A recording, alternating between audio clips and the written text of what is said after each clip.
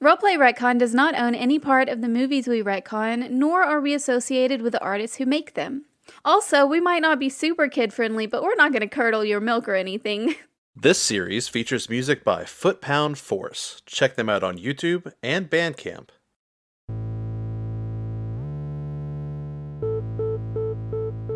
It is the 1980s. When in the 1980s? It doesn't matter. It's just the 1980s. Frank, you're in the final round of an international arcade game championship. Where is it? Where are we gonna? Where would our international arcade like end of the wizard style? Boise, Idaho, the video game capital of the world. It's huge. There's there's cameras and there's this cool the wizard style set, with all the 80s, the NES console look, how everything is. Like you're on a friggin' Nickelodeon set. And you have made it to the final round. You're in the final round. And you're going up against, I think we should make this character that he's going up against in sort of a Shenanigoons style. Kyle is a member of the stream Shenanigoons. You should check that out. We'll talk more about that in our mid-roll break. But one of the things they do in Shenanigoons is they create characters on the fly. So who is this person? Someone from the international gaming community. So we probably don't have a lot in common aside from the video games. Let's say they're a little bit older than I am, and I don't know. I'm stuck on Peter Dinklage. Yeah, Peter Dinklage's role. So they have a mullet. Mullets are cool. Oh, Jincy, do you have a strong opinion on mullets? As someone who currently has a mullet, yes, and I think they are awesome. Anyone have a name? Does anyone have a name for this person? Jessup Nilwaiter. Jessup Nilwaiter. From the fictional country of Uzbekistan. What is the pronouns for this person? I'm going with she, her. Jessup has a sort of an entourage, a cheering section. What do these people call themselves collectively? The Jessup starts. The referee / host guy, he's like, on the left side we have Frank Frehley. From where are you from, Frank? From Marin County. From Marin County, California, and he's going up against Jessup Nilwaiter, all the way from Uzbekistan. I see her crew, the Jessup starts in the crowd. Frank, this is an important question. Frank, this is an important question. Yeah. Do you have a cheering section? I kind of established the fact that my family was not wealthy. So I think that maybe his parents are there. And does he have one best friend? Yeah, that's what I'm thinking. It's you can take 4 people. And so it's the parents and best friend. It's your dog. Who's just gonna Air Bud this entire thing. Yeah. Yeah, I think it's best friend. Why not? Let's do Phil. Is Phil a person or a dog? Phil is a person. When I see his family and best friend Phil in the audience. Go, Frank. You can do it. Frank's the Frank, number we one. love you, Bobby. We love you. Thanks. Thanks, everybody. Thanks. Is everyone ready for us to reveal the final head-to-head game? What is this? Oh my God! You know what? I actually never wrote this down. What is this tournament called? Blaster Masters. Joystick'ems. Maybe Joystick'ems is the arcade that is hosting it. By Joystick'ems. Joystick'ems presents Button Barrage. I love it. Yeah. Okay. Yes. Are you ready for the final game in the Button Barrage? Let me hear you. Oh, you can do it. Hooray, Frank. Yay. Yeah. I guess. Frank, like, you don't have to tell me exactly how old you are here, but about how old are you here? Early teens, like maybe preteen. The host makes this like grand gesture, and 2 curtains go up that were covering arcade cabinets, and the final game is a classic / new favorite, depending on what year it is, Ms. Pac-Man, because it's better than Pac-Man. I've never understood why the original is more famous and popular.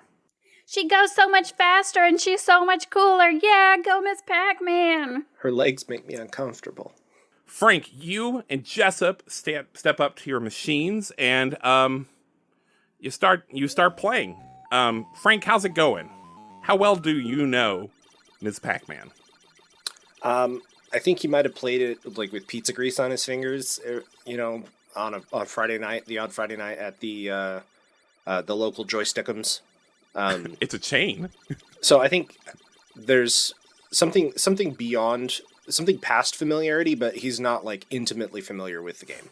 So you can see Jessup is like pulling ahead. Actually, you know what? Maybe we should make this our first like skill roll. And I need to look and see what the different skills are called. Block, chat, fix, item, jump, punch, run, shoot, sneak, spot, taunt, hacks. We're going to call this, it's Ms. Pac-Man, we're going to call it a run.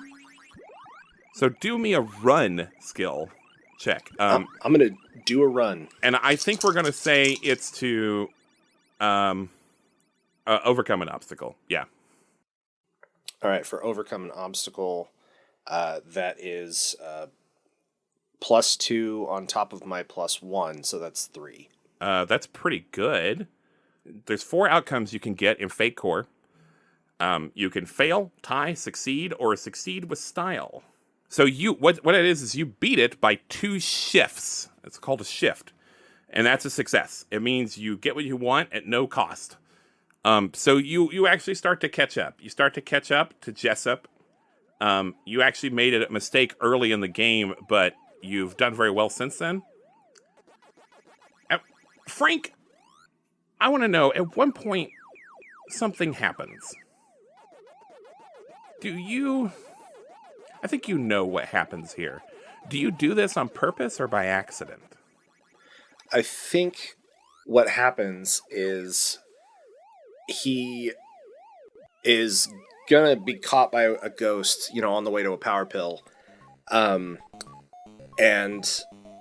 just presses at a certain point, just like presses in a direction towards a wall, and moves through the wall.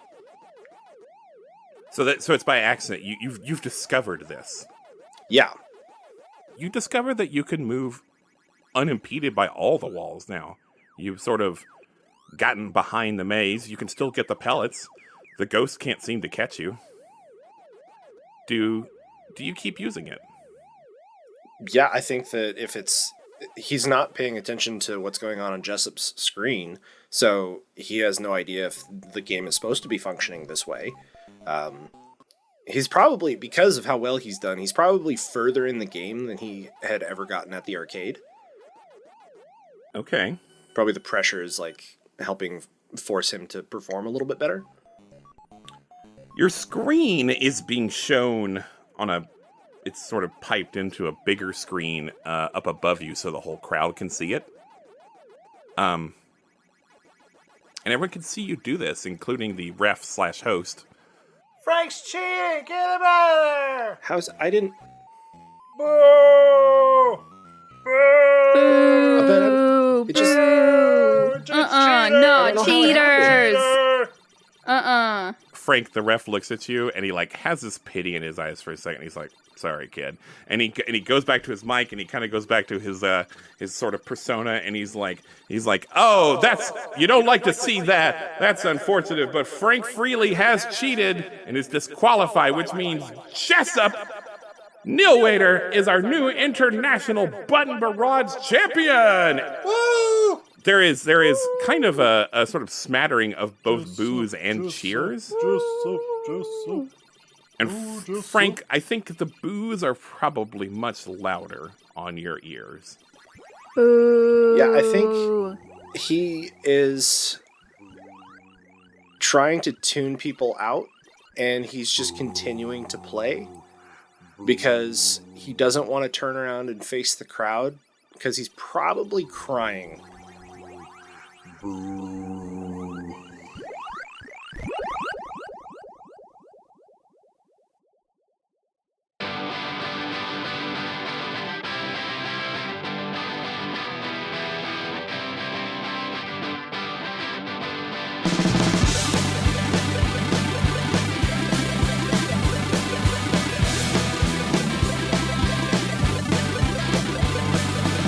Saw you in what's left of the arcade. You're so hardcore.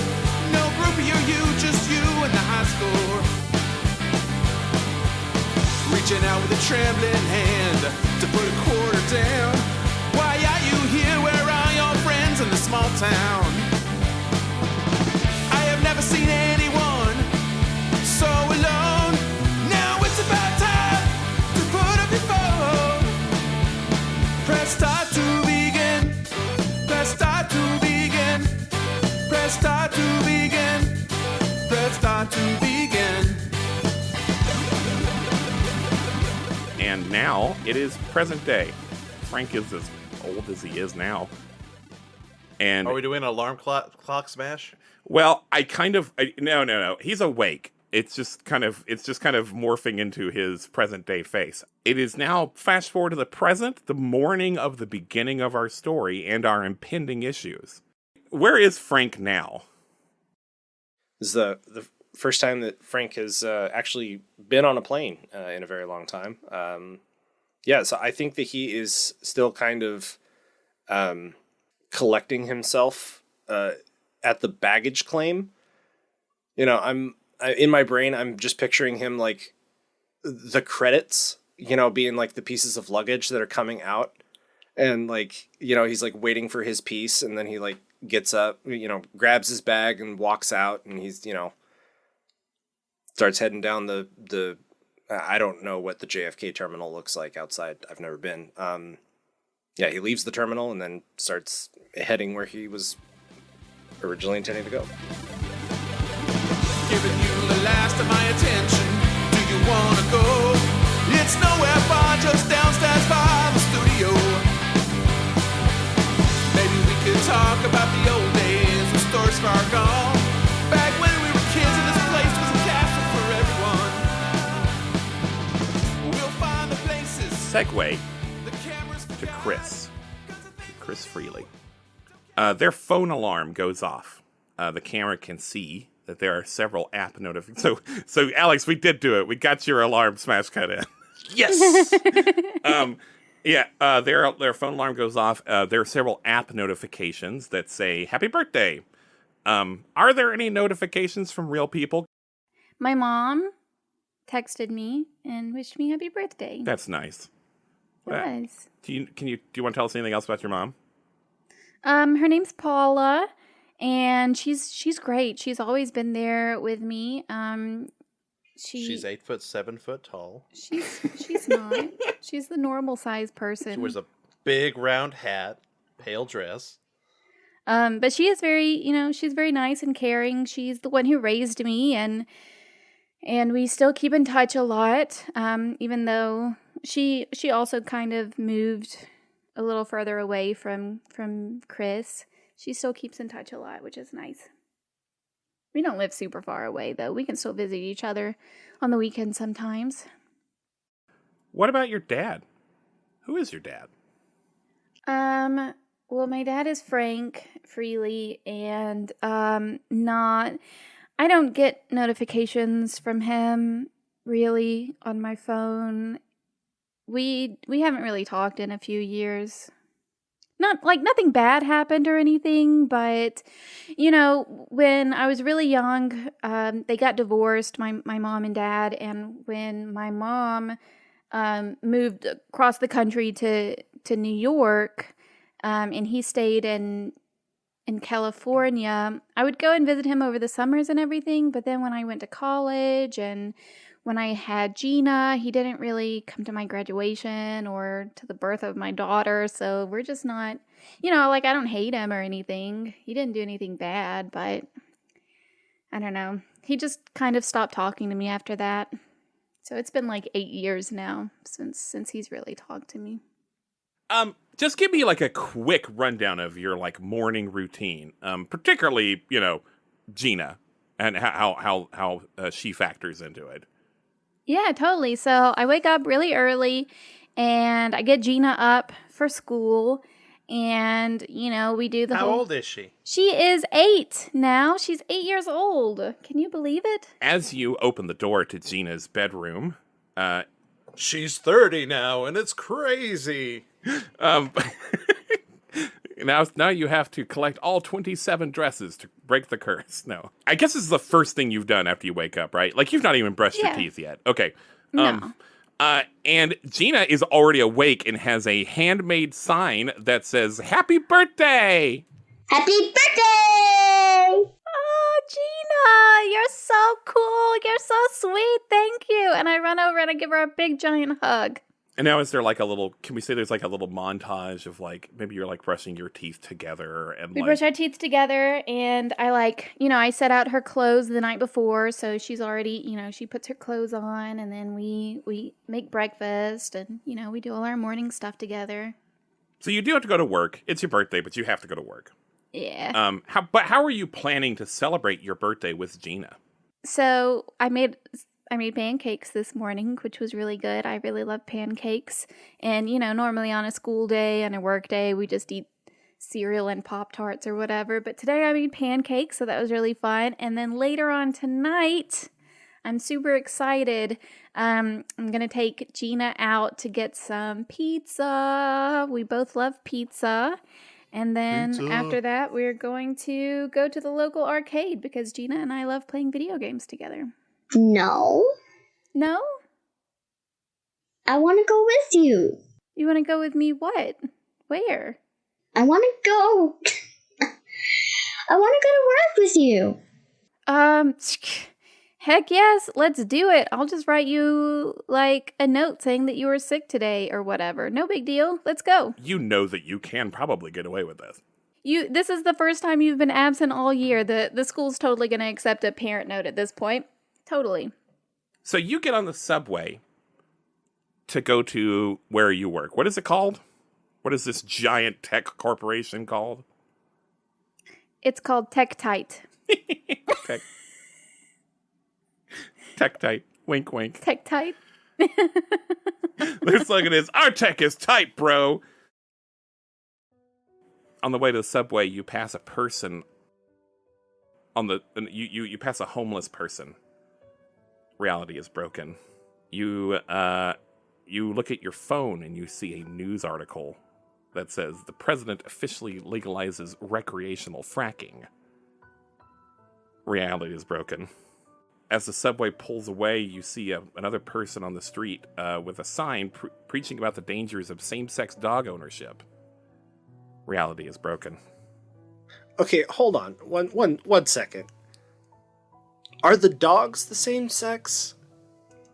Or are they the same sex as the owners? Unfortunately, you did not have time to question the person with the sign. You just went past them. I just walked right past the homeless person? Oh, you want to know if you interacted with the homeless person? Yeah. Well, did you? Yeah. I'm a very empathetic person, and so I saw a person there, and They kicked him with their boot. no, I didn't do that. I don't really carry cash on me because it's 2021, and I use my card for everything. Here's a Subway gift card. But I did have a Subway gift card in my wallet that someone gave me, and I gave it to them so that they can get some Subway later. Which is really a darn shame because I hate Subway, and no one should ever eat at Subway, but eating at Subway is better than starving.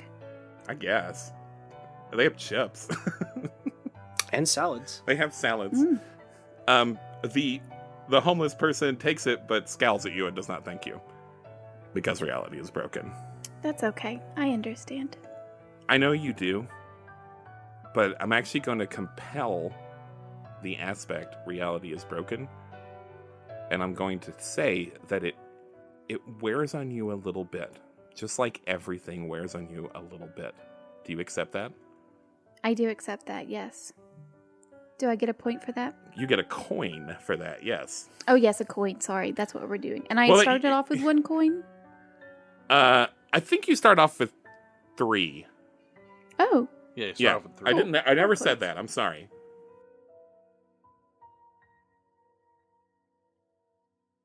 You are on your way to a job you hate but are good at. Reality is broken. It is your birthday. You think about your dad, and then you try to stop thinking about your dad.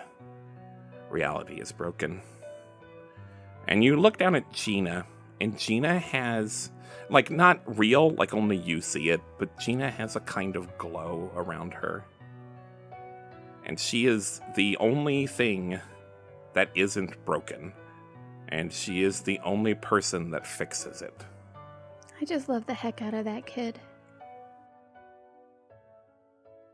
But you arrive at work, you get a visitor's pass, and you go through the door to the hangar-sized room where you work. As the elevator door opens, Gina's eyes grow wide, and she gasps when she sees what occupies much of this area. It's a gigantic machine, and a lot of it is a pad that resembles kind of a futuristic helicopter pad on top of some sophisticated machinery, and above it is more sophisticated machinery, and a part of that is a huge robotic arm above it. And you go to your workstation near this machine. What do you do when you first get to your workstation in the morning?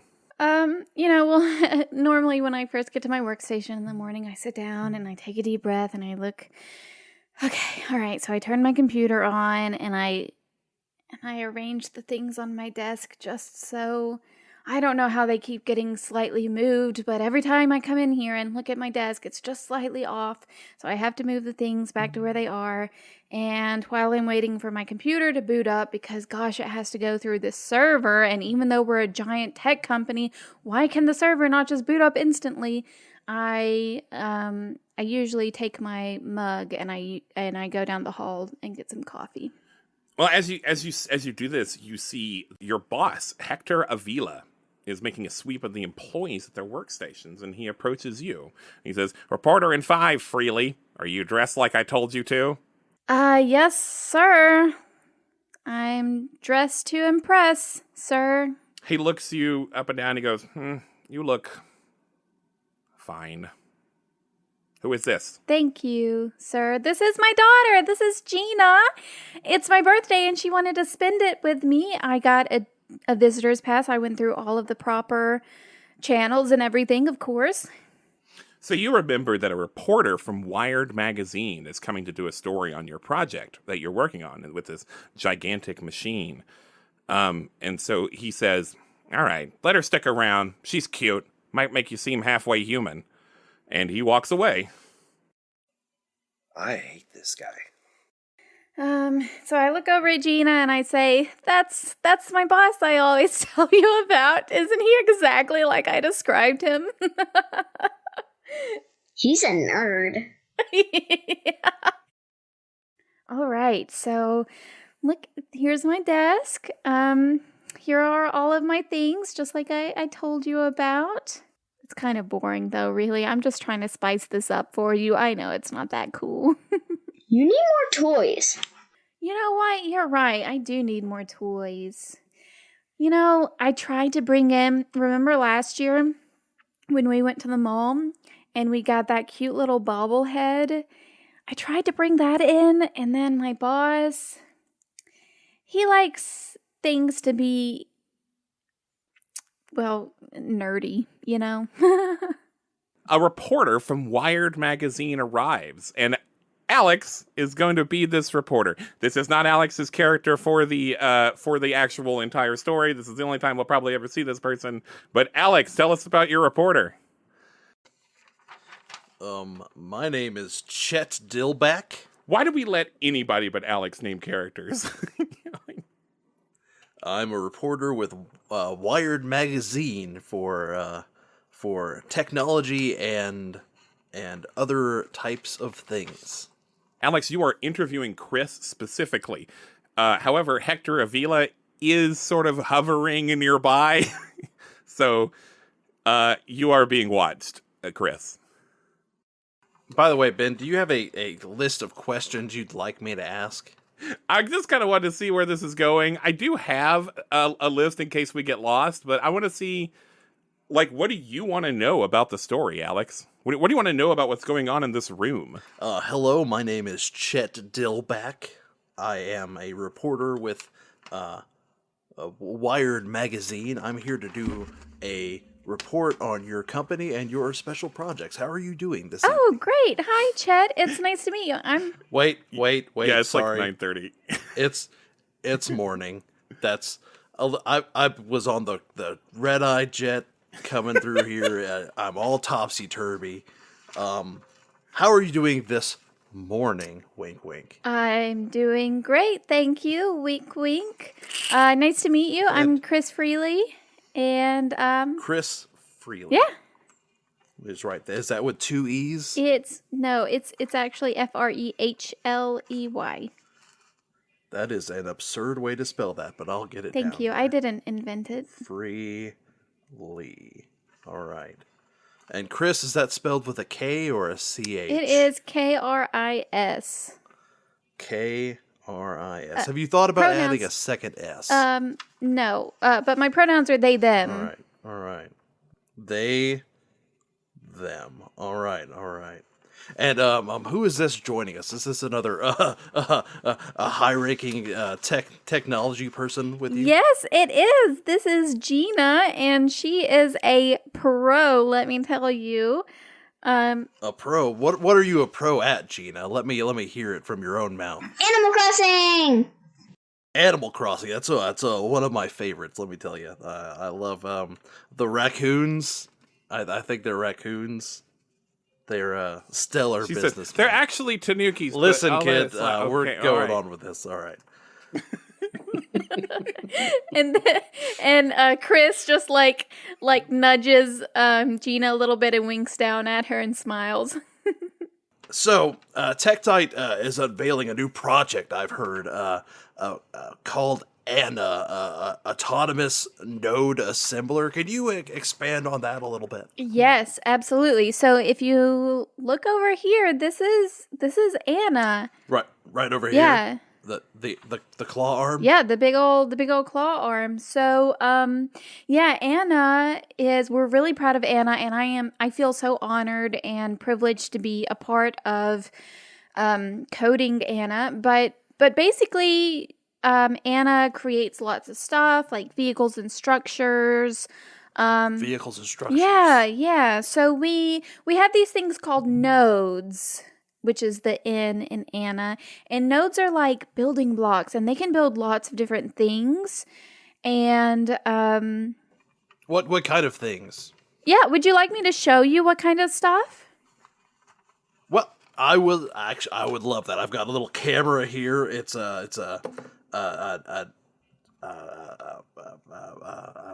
trying to think of camera names. A Rebel TI-6. Cool.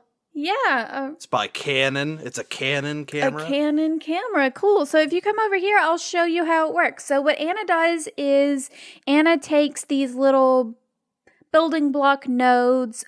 We actually started calling them pixels because they look like, little blocks. Just like pixels. Oh, like on computer games. Yeah, like computer games. Interesting. Yeah. Interesting. Yeah, and so what I do here is I go over to this little computer and I type in exactly what I want Anna to do. So, what would you like to see Anna do? I would love to see Anna build me a Monte Cristo sandwich. I missed out on breakfast and I'm super hungry. Oh my goodness, I'm so sorry. Well, we have a break room down the way, but unfortunately... Oh, do you want to put the interview on pause for me to eat a sandwich? Is that what you're telling me right now? Well, maybe the interview can be short and you can... The thing is that Anna, Hint, like the no. pixels, you can't really consume them. Oh, Yeah. so more like non-edible Yeah. things. I tell you what, let me see it build a exact replica of the Empire State Building. Great. Why don't we do it to scale? To scale. Just to scale, yeah. Well, not to scale, but like maybe like a 1 to 2,500 scale. Maybe just a little one, you know?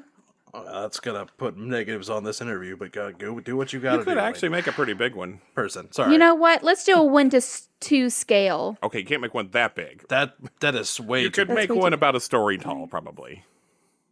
You know what? Let's do a 1 to 250th scale. It's still going to be giant. You're going to love it. So I just typed this in here, and I put the specs in, and enter. Oh, before I hit enter, Gina, do you want to hit enter? She does. All right. So she hits enter, and then we look up at Anna, and Anna starts doing its thing. Mm-hmm. It starts building Empire State Building, and it's still, it's still about a story tall. Yeah. Hector kind of butts in and he says, we can actually even recycle these pixels later to make something else. There.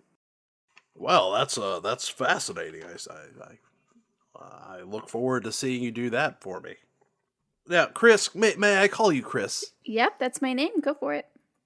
Is Anna, how do I put this, alive? Is it thinking? What am I dealing? What am I looking at here? So that's a great question. I think that's more of a philosophical question, right? But And what are we here if not to answer the philosophical Of question? course. Can I ask Kris a question real quick? I'm sorry to interrupt. yeah, Me as the game genie, as the GM. yes. So first of all, Anna is a she. Anna is not an it. But I'm curious. So you do actually speak to Anna. Like Anna has a mind, like a personality, and you communicate.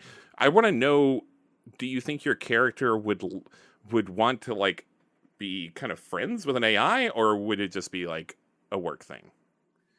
I think that since Kris has such a high level of empathy, that they just want to be friends with everybody, honestly. And I do think that they see life in things that may or may not actually be alive. And so for Anna, I mean, she's got an AI. So, it's a great question about whether or not Anna is alive, and I think it just really depends on whether you view things that may or may not be living organisms as alive. Like, where do we put that? But for Anna, I do think that she is as alive as you can be without being an organic living organism. I mean, when we're working with Anna, she has such a complex AI that we spend a lot of time communicating with her. We talk to her, we read to her, we watch movies with her, and we share our inner thoughts and feelings and emotions with her, and it's very strongly encouraged that we do that because Anna is so complex and she has such a thorough, beautiful AI that it's important that we treat her like she is alive, like she's just another person, and it helps her to grow and learn. So if you ask me, I would say yes, she's totally alive. Well, that is thoroughly frightening down to my core. Computer systems that can think and feel like human beings is just. Have you ever seen the Terminator franchise? I have, and I can assure you that Anna is nothing like that. She's not evil. I mean, you've given this we'll call her an entity, for lack of a better word, infinite power to build whatever they want to. What's to prevent Anna to say go on a rampage and start building tanks to start firing on the good citizens of New York City here? Per Okay, se? so I would like to answer that question with a few questions of my own. First of all, why would she do that? Well, I'm not the expert here, but go ahead. Why would she do that? Why would she even want to do that? If she's a thinking, feeling organism, these, not everyone thinks straight. They might feel down one day and decide, oh, I don't like 5th Street. I'm just going to nuke it from orbit. Okay. Well, what's to stop any of the people that we currently have in power from doing that? I mean, lots of people have access to dangerous things and they think and feel and are alive, but we trust them to not do that, right? Well, I guess the crux of what I'm asking here are the checks and balances that usually keep our upper echelons of government in check. What kind of safety measures are in place here to keep Anna from going off the rails, as we might say in the business, the railroad? I'm business? sorry. I'm afraid those are trade secrets, but there are plenty of safety precautions, I assure you. Well, as long as they're there, that's all I really need to know. I don't need to know the details. Would you like to see a demonstration of some of this social time? They do all sorts of things. Sometimes employees just watch a movie with her, or even treat her like a therapist. Excuse me, sir. Well, what movie are we to watch? Me. Because I don't want any spoilers. Excuse me. So, this is Gina. This is my daughter you've met, and this is her first day here. Maybe she could spend some social time with Anna. Would that be okay, sir? Sure, as long as you're there too. Of course. But would you like to watch Mr. Dilbeck? Well, not anything Game of Thrones. I'm watching it with my estranged wife, and I don't want to get ahead of her. If you get what I'm saying. I don't think this 8-year-old child would be watching Game of Thrones. Yeah, right? Let's watch a Disney movie. No, let's play video games. Video games, yes. Video games are quite all right. Let's Yeah. What's something you could pull up on this console real quick? There's anyone that's worked in a software development office knows that there's game controllers. It's often a thing that you use to develop things.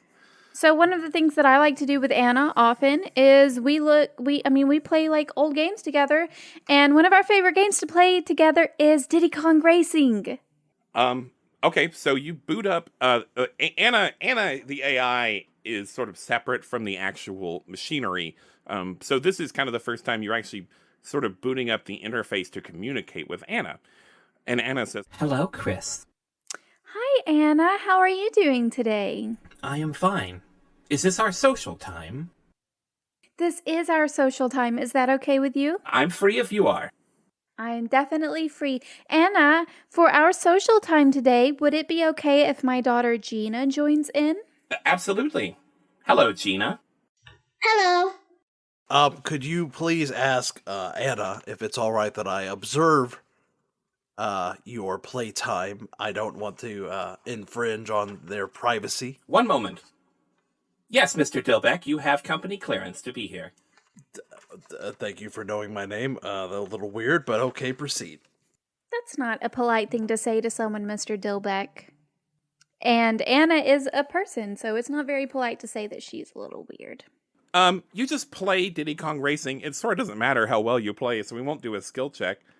But Anna's fascinated by this, as much as you can tell, and AI is fascinated by it. And she keeps asking questions. She says, What is the goal of this? So for this game, the goal is really to get to the end of the level before anyone else gets to the end of the level. Interesting. To what end?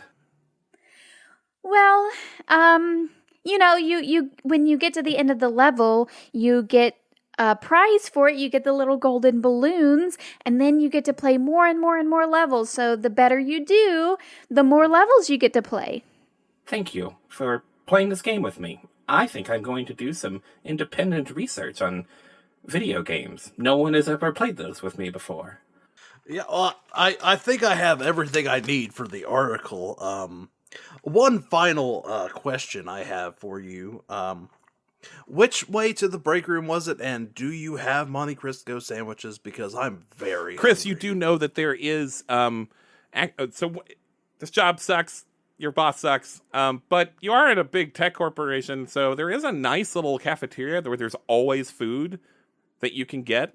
Yeah, so the break room doesn't have the sandwiches that you're looking for, but we do have a cafeteria. And Gina, would you like a snack? Yeah. All right, awesome. So we're heading over to the cafeteria. You are welcome to join us. I bet they have sandwiches over there. Well, I will follow your lead. Gina asks for some chips. Heck yeah, kiddo. We got chips. We got all kinds of chips. It's been about 15 minutes. You guys get some snacks. You can also see the reporter getting a sandwich, which is maybe good enough for him. He'll make do. You hear kind of like a hubbub, though, outside of the cafeteria. Loud noises that don't sound like the normal noises you hear. It's not the... You did hear the 3D printer working, but it works all the time, so... Hubbub. There's Loud something noises. weird going on. Gina, Hubbub. do you hear the words hubbub happening? Hubbub. Let's go see what's going on. Come on, kiddo. Well, before you have a chance to, the cafeteria door bursts open, and you hear what was saying the word hubbub because it's Bub and Bob from Bubble Bobble. Hubbub! This takes you a moment to process because Bub and Bob from Bubble Bobble don't normally burst through doors in your building. They look three-dimensional. They don't look two-dimensional like they do in the arcade game. And they are clearly made out of the pixel nodes.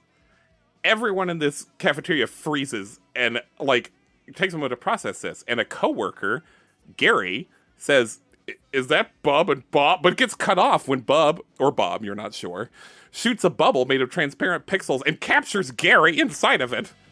And he elicits this sort of high-pitched, childlike scream that is muffled by the bubble.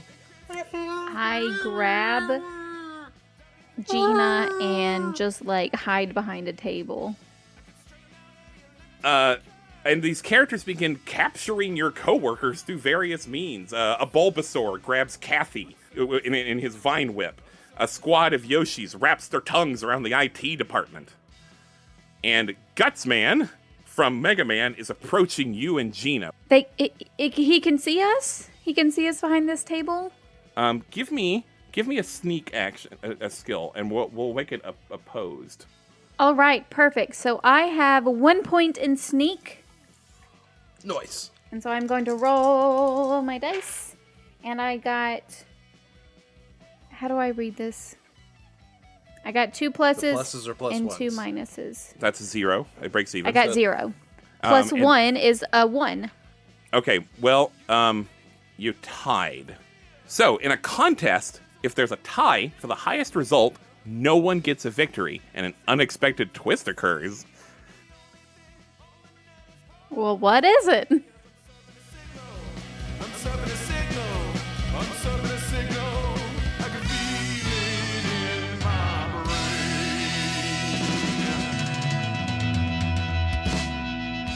brain. Welcome to The Break, which we do in the middle point of most of our episodes. I would like to personally thank our guest star, Kyle Taylor.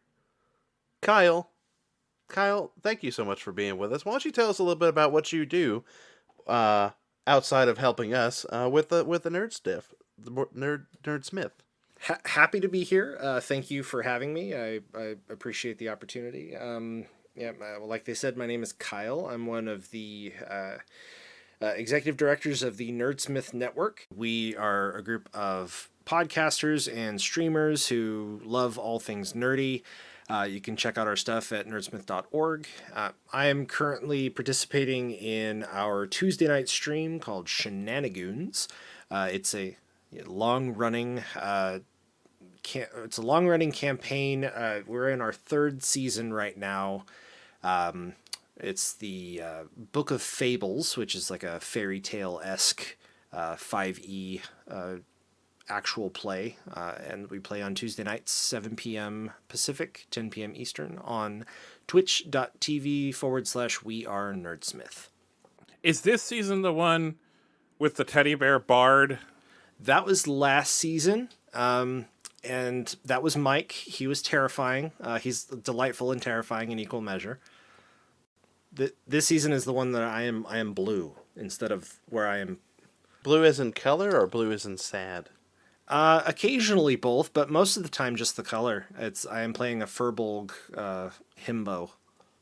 If you're new here, you may not know that we have a musical guest for every series too, and this time it's Foot Pound Force. Foot Pound Force. Foot Pound Force. Which is more than just a scientific measurement. In this sense, it's also a nerd rock band.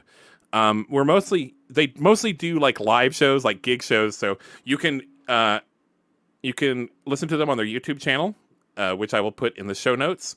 Or if you live in Huntsville, Alabama, you can hear them live sometimes.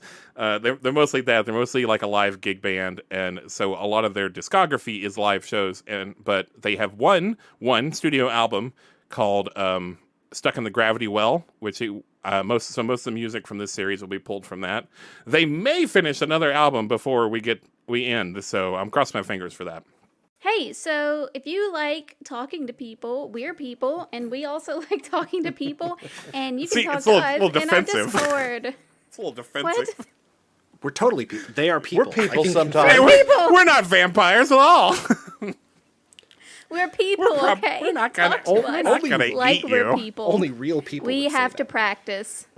We're practicing. Okay, but yeah, join us in our Discord. We have a lot of fun over there. You can find a link to that in the show notes too, or on any of our social media outlets. So, as some of you may or may not know, we have a Patreon, which we have a lot of wonderful things that we like to give out as prizes or gifts for our patronages. One of which, at our top tier, is we will read messages up to 250 words of just about whatever you want us to say. Oh God, no! That's like it's 50 words or 250 characters. 250 but characters. I've Okay. never once checked. 250 characters Don't tell them that. of just about whatever you'd want us to say within reason. I mean, that's what I'm saying. Is if it's too long, I'll only know if I see like I'll only know if it's too long if you're ridiculous. So you could probably get away with it. Is what I'm saying. Probably. But we've got 2 of those messages here for us today. The first, you might have remember from a few episodes back. We have a message from Nicholas Blasius, my littlest brother. He posed a riddle, which I'll read again.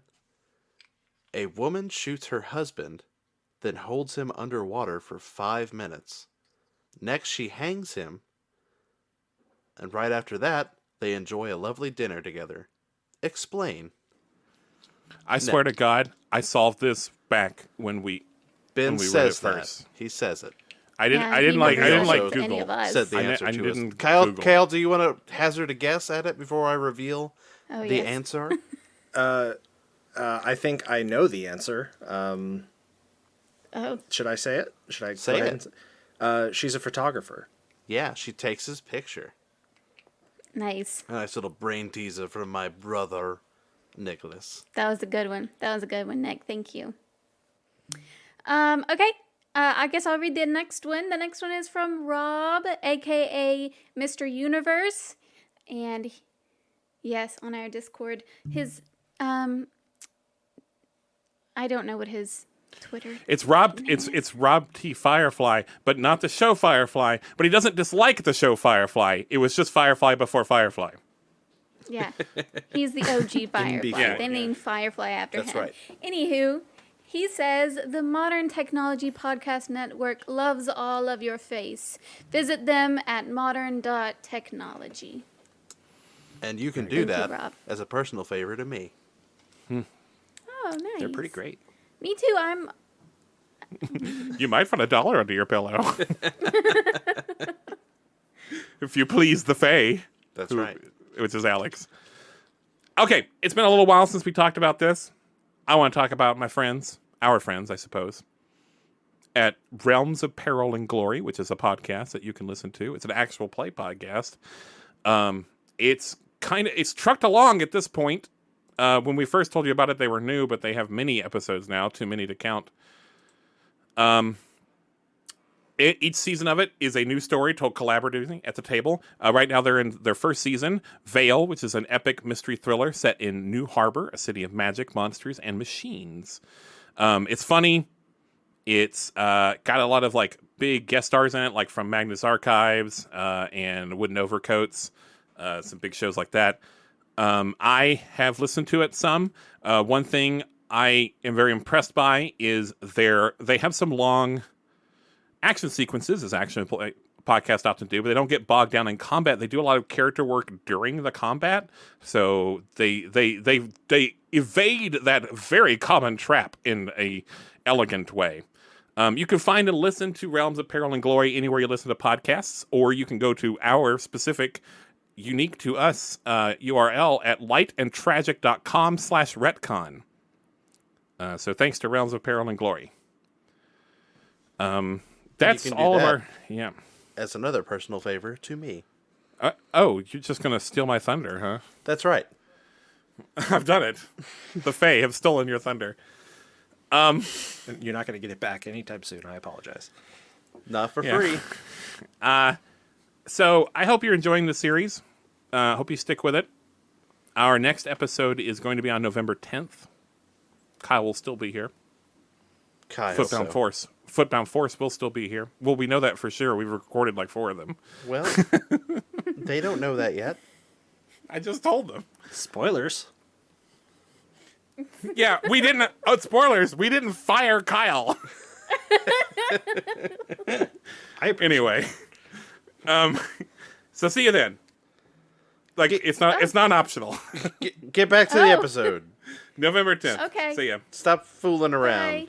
Bye. Bye. Bye, kisses. We'll find the places the cameras forgot. 'Cause the things we do don't count for a lot. Frank, Press start to you were begin. in New York City, I assume, to see Kris. Were you? Yes. Yes, that was one of the reasons for coming to New York City. Yes.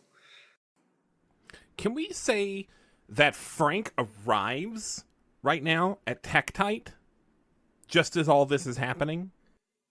Yeah, like in the lobby with his checked bag and talking to the front desk person. Yeah. Well, suddenly you hear this hubbub. You hear, and it's more than a hubbub. It's explosions. It's screaming and yelling and running, and alarms going off. Is that something that's supposed to be happening, or is that part of the everyday operations at this place? As you're asking this, the front desk lady it just screams and runs. And like runs around the other side of you and runs screaming the other direction while you're trying to ask her questions. No one is paying attention to you anymore. There's just people running out. Frank will sit down on his checked bag and pull up the little handle and then start scooting his way down the hallway towards because it's one of them little motorized checked bags. Start scooting his way down the hallway back where everybody's running from, because he knows that his child is in there, and definitely it doesn't look like a good situation. Yeah. So as you go down the hall, there are many screens. There are many screens on the walls, and you see kind of an icon that just says Anna in all caps, and it says, "Please remain calm." And you hear a voice saying, Please remain calm. No one will be hurt. This is for everyone's good. and it keeps repeating that. And you see Gutsman from the video game Mega Man tromping down the hallway with Gina tucked under one arm and Kris tucked under the other arm, struggling to get out. Well, this is some Terminator 2 bullshit. What do you do, Frank?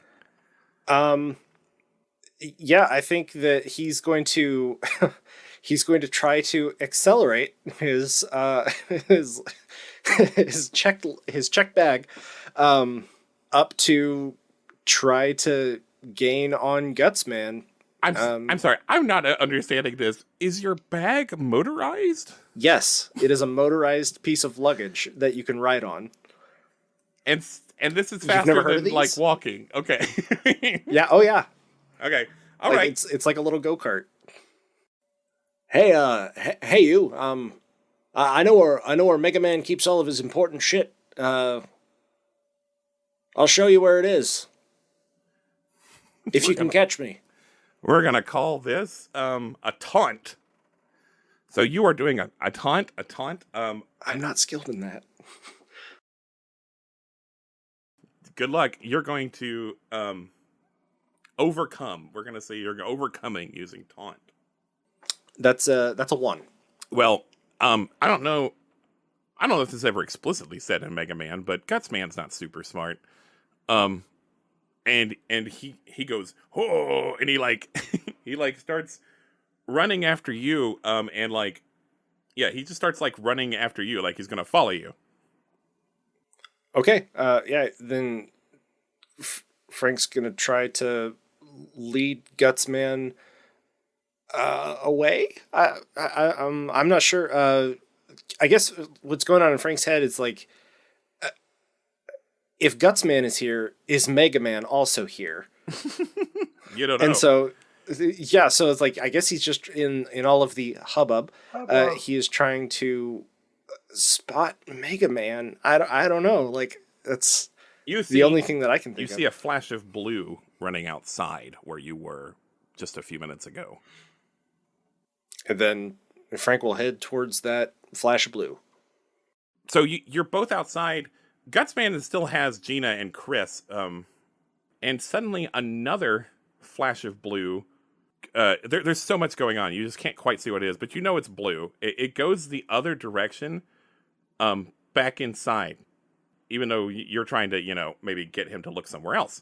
And as he does this, he loses his grip on Kris. But he hasn't lost his grip on Gina, and he's running inside. And a lot happens at once here. Gina is looking at you, Kris, and she is kind of like putting a hand out to try to reach you. And she's crying out the parental nickname she has for Kris, which is Pear. Bear! Bear! I'm gonna try and grab onto her. At this moment, though, so many other characters come out of the front of this building. They just I don't flood. care. I know. I don't care. My one priority is saving my baby. Frank, this situation, I'm going to compel an aspect out of you. I'm going to compel commitment is a 4-letter word out of you. Okay. I think this is my argument for your character. You can take this or leave this. But if you take it, you get a coin. I feel like this is suddenly a very scary situation. This is an insurmountable situation. And I don't think you feel the same way. You don't feel this obsession with getting Gina right now that Kris does. To you, you saved half the people here, and maybe it's time to get out of here and regroup. And I mean, after all, didn't Anna say that remain calm, everyone's going to be safe, no one's going to be harmed? That's the that's the argument that I will choose to accept the compel. So what do you do exactly? I guess, yeah, Frank from his spot is going to yell for Kris, and we can come back for her later. We need to go. This barely registers on Kris's consciousness. Kris's main goal is to get Gina away from this video game character monster. And they're going to keep running after Gina. And I think Frank is going to do like a 0-point turn on that little piece of luggage and start scooting his way out of there. Because this seems like too much. Kris, The video game characters don't seem interested in capturing or harming you, but they don't let you get to Gina. They don't let you get back into, like, there's so many of them. I can't even, like, tell you how many of them there are. They're all old. They're all, like, old characters from, like, arcade games or, like, even, like, any, like, nothing there is beyond, like, 1993. Because they're all, like, pixely looking stuff. But they're keeping you from getting to her. And the throng finally separates you, and Gina disappears into the front door of Tek-Tite, and the doors close behind her. Chair!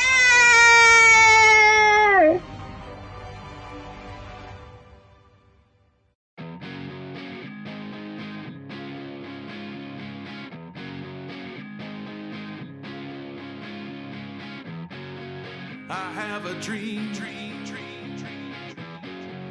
and that dream is Alex.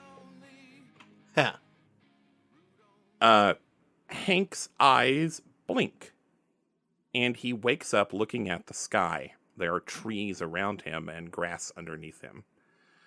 And you hear a voice coming from, like, pretty nearby you,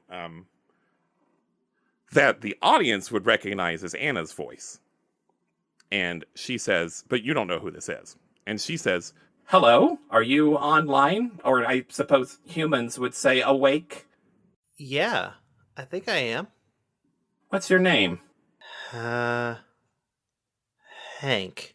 Hank, do you know where we are? I have no idea. Who are you?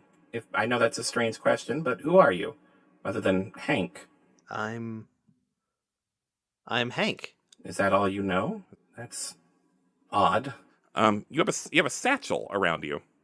And the voice is coming from inside your satchel. I open up the satchel. There's most of the satchel is, well, no, about half of the satchel is occupied by a device that has a large lens on the front of it, but not really anything that would indicate any kind of like controls or anything. It's a device with like no interactive parts at all.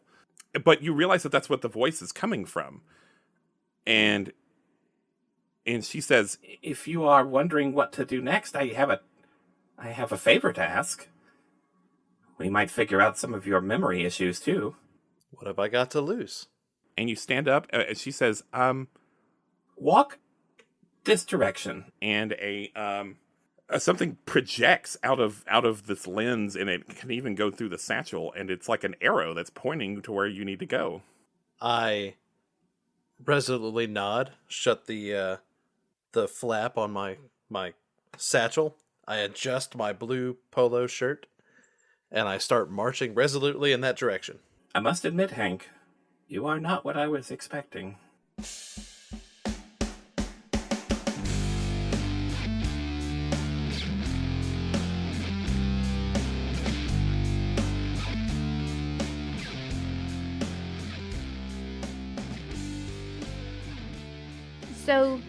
So they pushed me out of the building. So Gutsman had us and pulled us out of the building and then dropped me, and the rest of these characters are not letting me back into the building? Yes.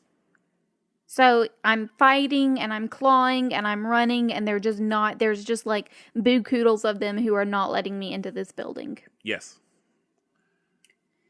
Okay, so I'm going to stand back and I'm going to try and think about this, and I'm going to look at the situation, and I'm sure I know of like side exits, where the smokers go. I'm not a smoker, but I know that there are side exits and entrances into this building. Are you unaware that Frank is nearby? I am like totally unaware that Frank is nearby. He's not shown up on my radar even a little bit. Frank, where are you going?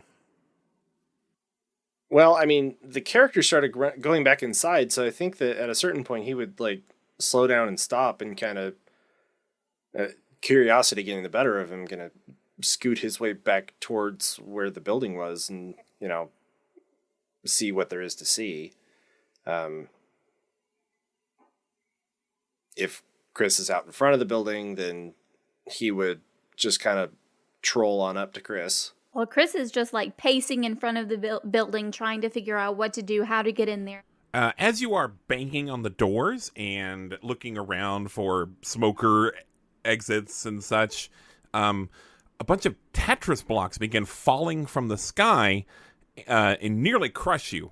And they are blocking all the exits around the building. Like all four sides of the building are now piling up with Tetris blocks that are falling so that they don't form full lines.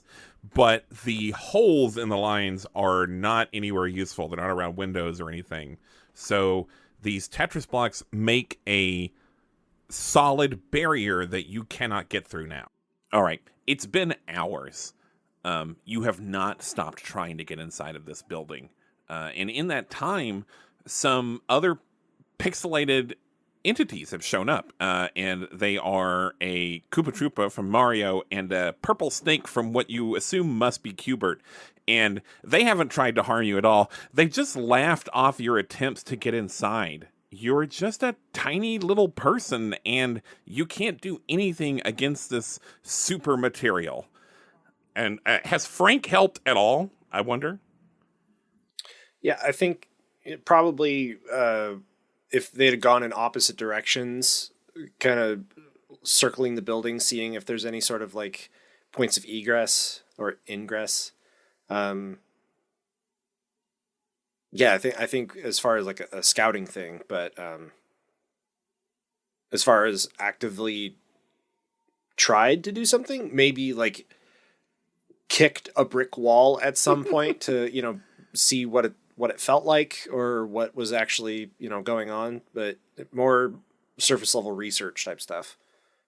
I think that, after seeing the futility of this, of getting in the building with the Tetris wall, yeah, I think that he would try to flag Kris down and just get their attention. Hey, I think that we need to regroup. We need to come back to this at a later time. Kris stops in their tracks and looks around and sees their dad there, and they're like, "What are you doing here? Where did you come from?" Happy birthday? No, it's actually not very happy right now. As you are arguing, a young man walks up behind you. He's got like shaggy blonde hair and is wearing a blue polo shirt, and he's like fit and trim and slim, and he's wearing a brown satchel. This is the first human you've seen in hours, and he says nothing, but a voice from his satchel says, "Good job, Hank. You found them."